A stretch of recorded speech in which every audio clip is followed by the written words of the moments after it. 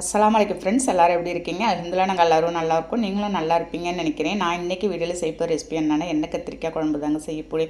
பிஞ்சான நாட்டு கத்திரிக்காய் இருந்துச்சுன்னா நீங்கள் இந்த குழம்பு ட்ரை பண்ணி பாருங்களேன். அவ்வளோ சாப்பாடு சாப்பிட்லாம், சூப்பரான டேஸ்ட்டில் இருக்குங்க.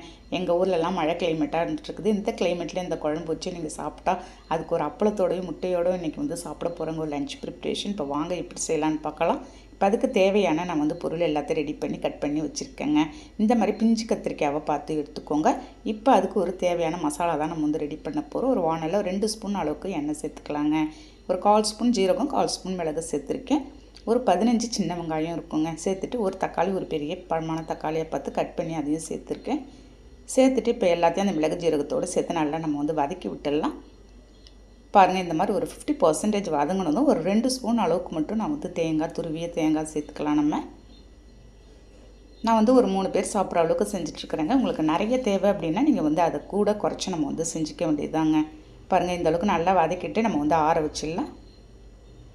ஆறினதும் நான் ஒரு மிக்ஸி ஜாரில் நல்லா ஆற வச்சுட்டு நீங்கள் சேர்த்துக்கோங்க. சூடோடு சேர்த்துக்காதீங்க. ஆறுனதும் தண்ணியெல்லாம் நம்ம எதுவுமே காட்டக்கூடாதுங்க. அப்படியே நான் ஒரு நைஸான கன்சிஸ்டன்சிக்கு அரைச்சிட்டேன். பாருங்கள், இந்த மாதிரி அரைச்சிட்டு ஒரு பவுலில் ட்ரான்ஸ்ஃபர் பண்ணிடலாம். இப்போ கத்திரிக்காய் பின்னாடி பக்கமாக திருப்பி அப்படி நாளாக கட் பண்ணிக்க போகிறேன். நான் காம்போடையே தான் போட்டிருக்கேங்க. பூச்சி ஏதாவது இருந்தால் நீங்கள் கட் பண்ணி அதை சேர்த்துக்கோங்க. இப்போ ஒரு பேனில் நான் ஒரு நல்லெண்ணெய் தான் சேர்த்துருக்கேங்க. நீங்கள் நல்லெண்ணெயில் செய்யுங்க, நல்லாயிருக்கும் அருமையாக. ஒரு 1/2 ஸ்பூன் கடுகுளுத்த பருப்பு, ஒரு 1/4 ஸ்பூன் வெந்தயம் சேர்த்துட்டு நல்லா பொரிஞ்சதும் வாசனை வரைக்கும் கருவேப்பிலையை ஒரு கொத்து ஃப்ரெஷ்ஷாக உருவி போட்டுடலாம். போட்டுட்டு ஒரு 15 பூண்டு பல் இருக்கும் தட்டி வச்சுருந்தா நீங்கள் தட்டி சேர்த்துக்கோங்க. அப்போ தான் நல்லா ஃப்ளேவர் நல்லாயிருக்கும். இப்போ ஒரு 1/2 கப் அளவுக்கு இருக்குங்க. சின்ன வெங்காயத்தை 2ஆக கட் பண்ணி வச்சுருந்தேன். நீங்கள் சின்ன வெங்காயம் சேர்த்து செஞ்சால் மட்டும்தாங்க இந்த குழம்பு அவ்வளோ அருமையாக இருக்கும்.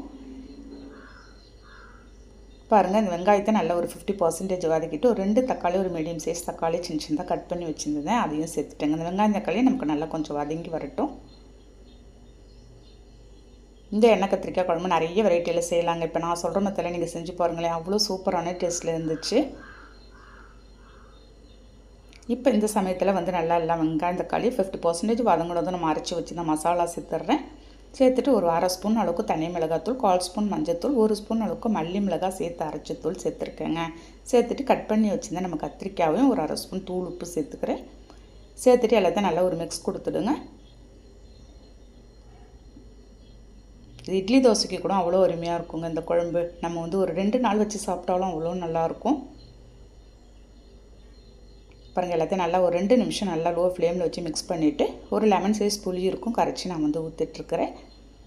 இந்த அளவுக்கு நீங்கள் செய்கிறதுக்கு ஒரு லெமன் சைஸ் புளியே நமக்கு போதுமானதாக இருக்குங்க. ஒரு டம்ளர் தண்ணி எக்ஸ்ட்ரா நான் ஊற்றி ஒரு ரொம்பவும் திக்காக ரொம்ப தண்ணியாக இல்லாத நான் கரைச்சி விட்டு அப்படியே நான் மூடி வச்சுட்டு போகிறேன். ஏன்னா நமக்கு கொதித்து வரும்போது உங்களுக்கு சரியாக இருக்கும். கரெக்டாக நான் ஒரு 5 நிமிஷம் கழிச்சு தாங்க பார்த்துருக்கேன். அந்த மிளகாத்தூளோட பச்சை வாசனை எல்லாம் போய் நமக்கு சூப்பரான டேஸ்ட்டில் ஒரு எண்ணெய் கத்திரிக்காய் குழம்பு ரெடியாக இருக்குது. நல்ல ஒரு அருமையாக இருந்துச்சுங்க. அந்த கத்திரிக்காயோட சூடான சாதத்தோடு நம்ம எடுத்து சாப்பிடும்போது அடடா எவ்வளோ சுவையாக இருந்துச்சு தெரியுமா? அவ்வளோதாங்க. நல்லா மிக்ஸ் பண்ணி விட்டு நீங்கள் பார்க்கும்போது இந்த அளவு கன்சிஸ்டன்சி இருந்தால் தான் நம்ம சாதத்தில் போட்டு சாப்பிட்றதுக்கு நல்லாயிருக்கும். இறக்கி வச்சுட்டா கொஞ்சம் திக்கான ஒரு கன்சிஸ்டன்சிக்கு வந்துடும். ஃபைனலாக கொஞ்சமாக மல்லி இலை தூவி அப்படியே நான் மூடி வச்சுட்டு போகிறேங்க.